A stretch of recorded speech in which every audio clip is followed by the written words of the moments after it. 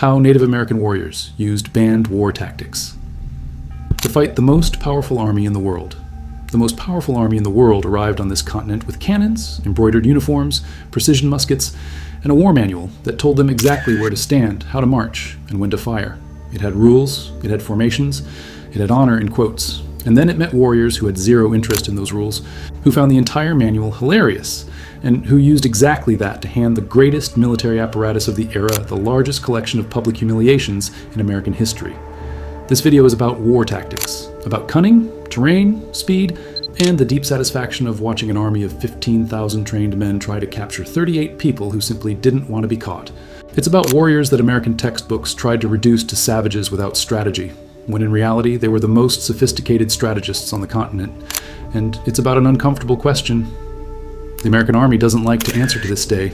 If you had all the weapons, all the logistics, all the federal government's funding, how did you lose so many battles like that? The war that wasn't in the manual. The British Army marched into North America with the pride of men who had defeated Napoleons and conquered continents. They had a war doctrine refined over centuries, soldiers in lines, volley fire, bayonets lowered in the final advance. It was an elegant war machine. It worked perfectly on open European fields against enemies who respected the same rules. The problem was that the American continent wasn't an open European field, and indigenous warriors hadn't received the memo about gentlemanly combat rules. While the British soldier needed space to form his impeccable lines, First Nations warriors operated inside dense forests, using every tree as cover, every ravine as an ambush position, every stream as an escape route. European officers called these tactics dishonorable, cowardly, uncivilized. The word they used with contempt was skulking, meaning something like lurking in the shadows. What none of them mentioned was that skulking was killing them in industrial numbers. The defeat that made the army rethink everything. In 1755, General Edward Braddock marched toward Fort Duquesne with an army of 1,343 British and colonial soldiers, convinced that his superiority in weapons and discipline would overcome any obstacle. Braddock was an impeccable career officer, a veteran of European wars, absolutely unable to conceive that a group of warriors without uniforms could pose a serious threat to his formation. On July 8th of that year, in dense forest near the Monongahela River, a combined force of indigenous warriors and French soldiers attacked Braddock's column.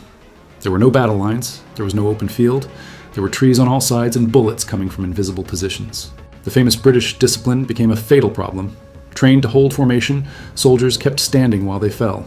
Braddock had 4 horses shot out from under him that day and then took a bullet himself. He died 4 days later. Of the 1,343 men, 896 were killed or wounded. The tactical creativity of the attackers cost the most powerful army in the world 68% casualties in a single engagement. The half moon, that the world took decades to copy. There is a battle formation called the half moon that modern armies would immediately recognize as advanced flanking. Plains warriors used it long before any European strategist wrote about flank envelopment in academic texts. The logic was straightforward. Instead of frontally attacking a superior enemy, you envelop them. The center line creates frontal pressure while the flanks close the sides. The enemy has to defend 3 directions simultaneously, disperses their resources, loses coherence.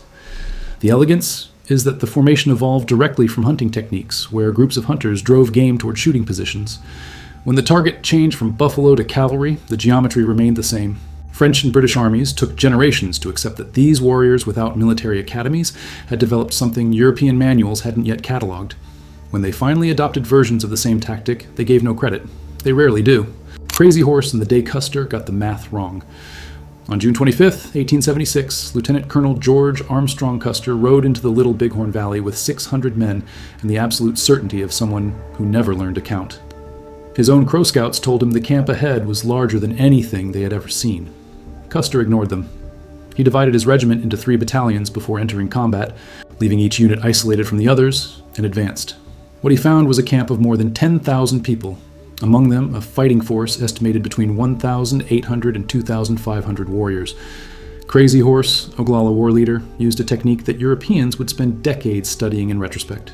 Field communication, using mirror signals and eagle-bone whistles to coordinate movements without the enemy detecting any order. While Custer's soldiers waited for a battle in the model they knew, they were enveloped from multiple sides. 210 soldiers who directly followed Custer were killed, all of them, in less than 1 hour. Custer himself died on the field. The math he had ignored collected the final price. Sitting Bull, the general who didn't need stars on his shoulders. Before the Battle of the Little Bighorn, Sitting Bull had spent several days in a sun dance, during which, according to accounts from his own nation, he had a vision of soldiers falling upside down into the Lakota camp like grasshoppers from the sky. His interpretation was direct. Victory was near. One can debate visions all one wants. What is verifiable is what he did with the strategic information he had. He assembled a coalition of Lakota Sioux, Northern Cheyenne, and Arapaho, creating a combined force that modern military analysts have described as surprisingly sophisticated in terms of coordination.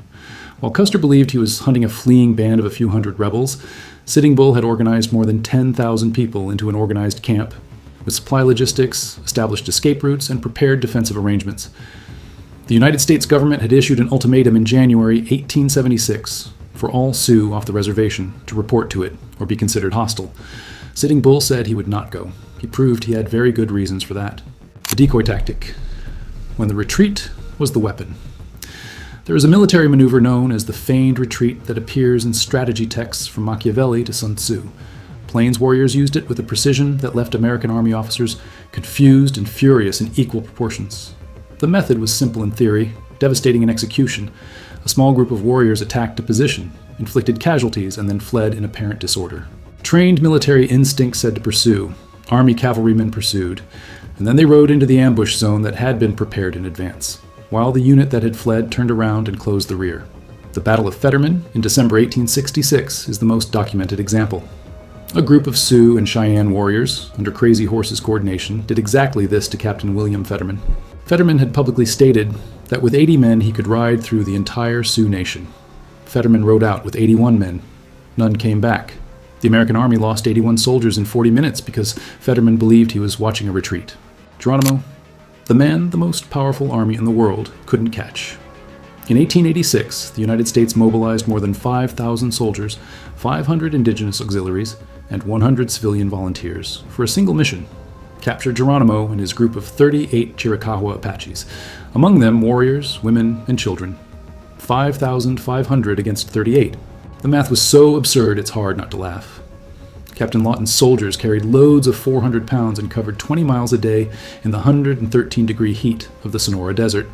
Geronimo's warriors covered more than 60 miles per day in the same terrain. When the army finally located the Apache camp, the group had moved. When they surrounded a valley, the group was on the next mountain. Geronimo evaded the most financially backed military apparatus in North America for more than a year using mobility, terrain knowledge, and an absolute refusal to accept the terms of confrontation the enemy had defined. He only surrendered when he learned his family had been deported to Florida with no possibility of return. He wasn't captured. He chose to surrender. There's an enormous difference between the two things. The speed that no army horse could match. An Apache warrior in flight covered distances that made military pursuit a logistical joke. This is not an exaggeration. Documents from the American Army itself record that during Geronimo's campaign of 1885, a group of 12 warriors led by Olzana covered 1,200 miles in 40 days, killed 38 people, captured 250 head of cattle, and registered a single casualty on their side. Soldiers trying to follow them arrived days behind, found cold tracks, and men exhausted from impossible marches. The physical fitness of Apache warriors was the product of decades of life in the Sonora Desert, one of the most hostile environments in the Western Hemisphere. They knew every hidden water source, every concealed trail, every crossing point that military maps didn't have. The American Army was literally chasing ghosts in terrain it didn't know, with horses too heavy, carrying equipment too heavy, in service of a strategy that assumed the enemy would eventually stop and accept a conventional battle. That enemy never stopped. That battle never happened. The Comanche, the most feared cavalry in the hemisphere. Modern historians call Comanche territory Comancheria and describe it as a true empire. Colonial Spain tried to advance north through Texas and found Comanche resistance so efficient that it gave up and preferred to negotiate. Independent Mexico tried to establish control over the north and suffered decades of incursions so devastating that entire parts of states were abandoned. When the United States arrived at the southern plains, the Comanche still dominated a territory of more than 130,000 square miles. The foundation of Comanche power was the most sophisticated cavalry on the continent. Warriors who had ridden since before they could walk mastered horsemanship maneuvers that American Army officers described years later as the finest light cavalry they had ever seen. A Comanche warrior could fire arrows with lethal accuracy while hanging from the side of a galloping horse, using the animal as a shield. He could loose between 5 and 10 arrows in the time it took a soldier to reload a rifle. American generals documented this in their reports, not with admiration, but with desperation. The weapon that wasn't in the inventory: knowledge of the terrain. There is a military advantage that appears in no weapons inventory, but that determined the outcome of dozens of battles in the American Indian Wars: intimate knowledge of terrain. Warriors who had grown up on the plains, in the forests, in the deserts, or in the mountains knew things that no army map captured. They knew where the ground was too soft for heavy cavalry. They knew where a valley looked like an escape route but ended in a cliff. They knew where snow accumulated treacherously, where streams could be crossed and where they couldn't. They knew that if you led a column of cavalry into Palo Duro Canyon in Texas, as Quanah Parker did for years, the broken terrain made Army cavalry slow and predictable, while warriors on foot could move with total freedom. The American Army was operating with incomplete maps, unfamiliar guides, and assumptions formed by completely different terrain. It was like asking someone to play chess blindfolded against a grandmaster who knew the board by heart. The only surprise is that the Army expected to win. The invisible communication. Before radio, before telegraph, before any field communication technology that modern armies consider indispensable, Plains warriors had developed a field communication system of remarkable sophistication. Mirrors, reflecting sunlight to transmit coded signals. Fires with specific smoke patterns. Eagle-bone whistles with distinct sequences for different orders. Elaborate hand signals that allowed coordinating complex movements in absolute silence. At the Battle of the Little Bighorn, witnesses report that Crazy Horse used mirrors and whistles to coordinate the movements of his force, while Custer's units tried to understand what was happening. For the American soldier trained to respond to verbal orders and bugle calls, the battlefield seemed chaotic. For Sioux and Cheyenne warriors, it was happening exactly as planned. The American Army only developed comparable field signaling systems decades later during the American Civil War. It took the defeat of one of the country's most celebrated officers to start asking the right questions. The Battle of Rosebud, when Crook was saved by retreat. 8 days before the Little Bighorn disaster, General George Crook was with a column of 1,300 soldiers in the Rosebud River Valley when he was attacked by Crazy Horse with an estimated force of between 1,000 and 1,500 warriors. The battle lasted more than 6 hours. Crook claimed in his reports that he had won. The evidence suggests otherwise with inconvenient insistence. His casualties totaled 57 men, killed and wounded.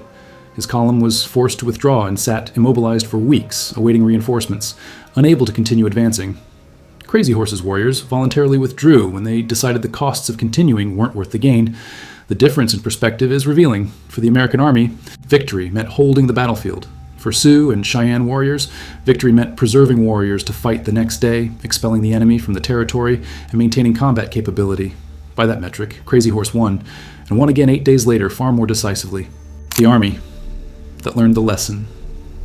Too late. The deepest historical irony of the American Indian Wars is that the United States Army spent decades losing battles to warriors using guerrilla tactics, and when it finally decided to learn from the experience, went looking for information from the very warriors it had fought. Indigenous scouts, called Indian Scouts, were recruited by the Army as guides, trackers, and field survival instructors. The same men that officers called savages without strategy were now the terrain and tactics specialists without whom military campaigns didn't work. General Crook, in his more honest reports, admitted that Apache campaigns only had any results because they used Apaches to track Apaches. The paradox is worth noting.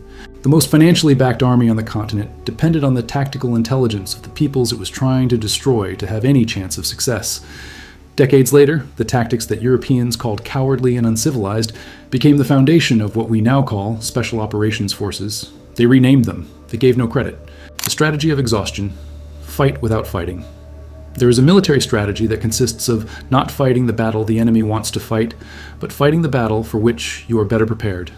Plains warriors practiced it with a consistency that left American Army commanders in growing fury precisely because there was nothing to be done against it. The pattern was as follows. When an army column advanced, warriors retreated. When the column set up camp, nighttime raids stole horses. When the column dismounted to rest, a small group attacked the rear and disappeared before any response was possible. The column moved, tired, ran out of supplies, and had to return. No decisive battle. No engagement that justified the cost of the campaign. Captain John Bork, who served with Crook for years, wrote in his diaries that campaigns against the Apaches were the most frustrating thing an officer could face. You never knew where the enemy was, never knew when you'd be attacked, never found the battlefield you were looking for. That frustration was the tactical victory of the warriors. The Battle of Adobe Walls, 28 against 700. In June of 1874, a force of approximately 700 Comanche, Kiowa, and Cheyenne warriors attacked a buffalo hunter station at Adobe Walls in Texas, defended by 28 people. The logic behind the attack was straightforward and just. Buffalo hunters were invading treaty-guaranteed lands and systematically exterminating the herds on which Plains nations depended for survival. The attack was coordinated and exploited the element of surprise at dawn. What the attackers hadn't counted on were the long-range Sharps rifles the traders possessed, capable of firing accurately at distances that the warriors' shotguns and bows couldn't reach. The battle lasted 3 days. The 28 defenders lost 4 people. The warriors lost between 16 and 21 combatants before giving up the siege. The outcome didn't reflect the bravery of the attack, only the technological difference that, at that specific moment, favored the defenders. What did the American government do in response to the attack? Sent 5,000 soldiers to the region and started the Red River Campaign that finally broke Comanche resistance. Quanah Parker, the last free warrior of the Plains. Quanah Parker is one of the most complex figures of the Indian Wars. Son of a Quahati Comanche chief, and Cynthia Ann Parker, a white woman captured by the Comanche as a child and fully integrated into the nation, Quanah never signed a peace treaty. Never. His Quahati band was described as the most feared of the Comanche, the group that other Comanche feared. When Ranald Mackenzie finally defeated the Comanche camp at the Battle of Palo Duro Canyon in September of 1874, the blow was not from combat casualties, but from destruction of resources. Mackenzie killed 1,424 captured horses and destroyed all winter supplies. Without horses, without food for winter, without mobility capacity, resistance became impossible, not militarily, but logistically. Quanah Parker surrendered in June of 1875. The man the army couldn't defeat in open battle only capitulated when his people's very livelihood was eliminated. The distinction matters, enormously. The psychology of the battlefield. Fear as a tactic. Psychological warfare is not a modern invention. Plains warriors practiced it with an efficiency that American military documents describe with palpable discomfort. Dawn attacks exploited the moment of lowest vigilance and greatest disorientation. War cries calibrated to maximize the feeling of being surrounded. Dispersed cavalry appearing from multiple points on the horizon simultaneously, making it impossible to assess the real number of attackers. The speed of Comanche on horseback was such that before a soldier assessed the threat, it was already upon him. Texas records from the 1840s document settlements being evacuated without any effective attack because the rumor of a Comanche incursion was enough to create mass abandonment. Terror preceded the warriors. When you have a reputation for being unbeatable in your form of combat, half the battle is already won before the horses emerge from the horizon. The American army took decades to understand that it was fighting not just against men, but against an idea that this land had owners who didn't intend to give it up. The alert system that no equipment could replace. Plains warriors had a surveillance network that functioned long before any enemy scout got close enough to be useful. Sentinels positioned at high points with fields of view spanning dozens of miles in all directions. Smoke signaling systems that transmitted specific information about threat type, approximate number, and direction of movement. Scout riders who maintained permanent contact with the camps and could be mobilized in minutes. In multiple campaigns, the American Army discovered that its movements were known to the enemy with such advance notice that achieving the element of surprise was practically impossible. General Miles, during the Geronimo campaign, went so far as to build a network of heliograph posts along the border to try for faster communication than Apache scouts. It didn't help. The Apaches simply moved faster than any alert system could respond to. The Army had built a communication system inspired by what it had observed in the warriors. Still, it couldn't achieve the same result. There is something philosophically disturbing about that. The woman who saved her brother and named the battle. The Northern Cheyenne have a name for the battle that American historians call the Battle of the Rosebud, the battle where the girl saved her brother. The name comes from a specific and documented moment. It comes in sight. A Cheyenne warrior had his horse shot down during combat and was exposed to enemy fire in the open field. His sister, Buffalo Calf Road Woman, rode between the soldiers and crossfire to rescue him, pulled him onto her horse, and rode off the battlefield. The scene was witnessed by warriors from both sides. The Cheyenne considered it so significant that they named the entire battle in her honor. Cheyenne oral accounts also attribute to Buffalo Calf Road Woman the blow that knocked Custer from his horse at Little Bighorn before his death. This cannot be verified with absolute certainty. What is verifiable is that the Cheyenne story of Little Bighorn gives a central role to a woman whom American books don't even cite by name. Women fought, they participated in the resistance, and were erased from the narrative with the same efficiency with which everything else was erased. A treaty that was supposed to last forever and lasted 8 years. In 1868, The Fort Laramie Treaty guaranteed the Sioux permanent and exclusive possession of the Black Hills of South Dakota, a sacred area of approximately 14.5 million acres. The treaty used clear language. The Black Hills would belong to the Sioux as long as the grass grew and the water flowed. In 1874, Custer's expedition found gold in the Black Hills. In 1876, the American government ordered all Sioux to leave the area or be considered hostile. The treaty was 8 years old. The grass was still growing. The water was still flowing. The government had other priorities. It is impossible to talk about the military tactics of indigenous warriors without mentioning that most conflicts of the 1860s, 70s, and 80s occurred on lands that were, from a legal and treaty standpoint, property of indigenous nations. The defensive strategy that Europeans called aggression was being executed on home ground. That doesn't appear in the title of any battle in the American Army manual. The buffalo is a weapon of war. The American Army spent years unable to militarily defeat Plains nations, and then discovered a more efficient strategy: kill the buffalo. The connection between buffalo and Plains resistance was so direct that General Philip Sheridan openly argued that buffalo hunters were doing more for the Indian problem than the entire Army could do in 30 years. He said that literally. When Texas considered a law to protect the remnants of the buffalo herds, Sheridan went to the state legislature personally to oppose it. In 1870, it was estimated there were between 10 million and 30 million buffalo on the American plains. In 1889, the American census counted fewer than 1,000. Without buffalo, there was no food for winter, no hides for tents and clothing, no fat for fuel, nothing at all. The most sophisticated military resistance on the continent was broken not by superior cavalry or better artillery, but by the deliberate extinction of a people's livelihood. It is hard to find an honest military term to describe that. Pontiac and the rebellion that almost expelled the British.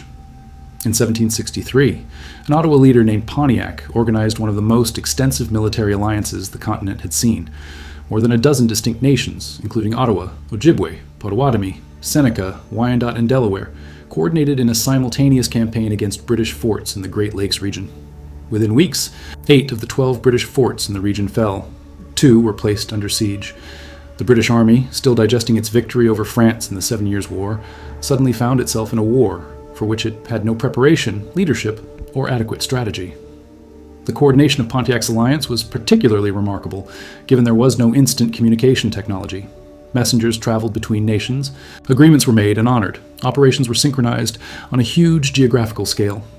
The British government, realizing quick military victory was unlikely, eventually opted for negotiation. The Proclamation of 1763 established a line prohibiting colonization west of the Appalachians. Few settlers respected it, but for a moment, Pontiac's coordination made the British Empire negotiate on terms it hadn't chosen. The Battle of Tippecanoe and what the books don't tell. In November of 1811, Governor William Henry Harrison attacked the Prophetstown camp on the Tippecanoe River, while Shawnee leader Tecumseh was absent, recruiting allies for his confederation. The battle is celebrated in the United States as a great American victory and helped catapult Harrison to the presidency with the slogan Tippecanoe and Tyler too. What American history books mention less is the context. Tecumseh had spent years trying to build a confederation of indigenous nations precisely because he understood that the only way to resist American expansion was through unity. He understood that isolated tribal agreements would be broken one by one. He understood that divide and conquer was the central strategy of the American government. His project was interrupted by Harrison specifically because it was working. A unified alliance of plains and forest nations would have been the greatest strategic threat the United States would face in Western expansion. Harrison destroyed it preemptively. The slogan remained. The strategy behind the attack is rarely discussed. The price of surrender: Florida, Alabama, Oklahoma. When Geronimo surrendered in 1886, General Miles promised that his people could return to Arizona after a short exile in Florida. The promise was broken with customary efficiency. Geronimo and his warriors were sent to Fort Pickens in Florida. Their families were sent to Fort Marion, 200 miles away, deliberately separated. 2 years later, they were transferred to Alabama, then to Fort Sill in Oklahoma. At no point did they return to Arizona.